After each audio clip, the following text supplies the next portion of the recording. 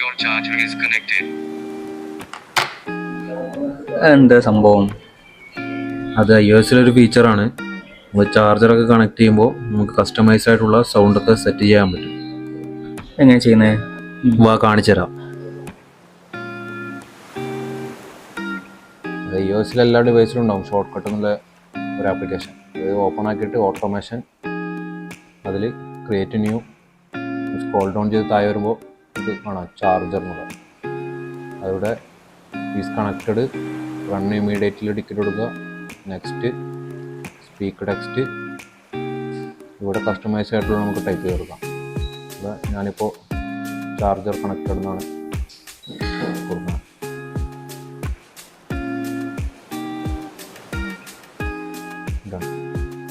നമ്മൾ Charger connected.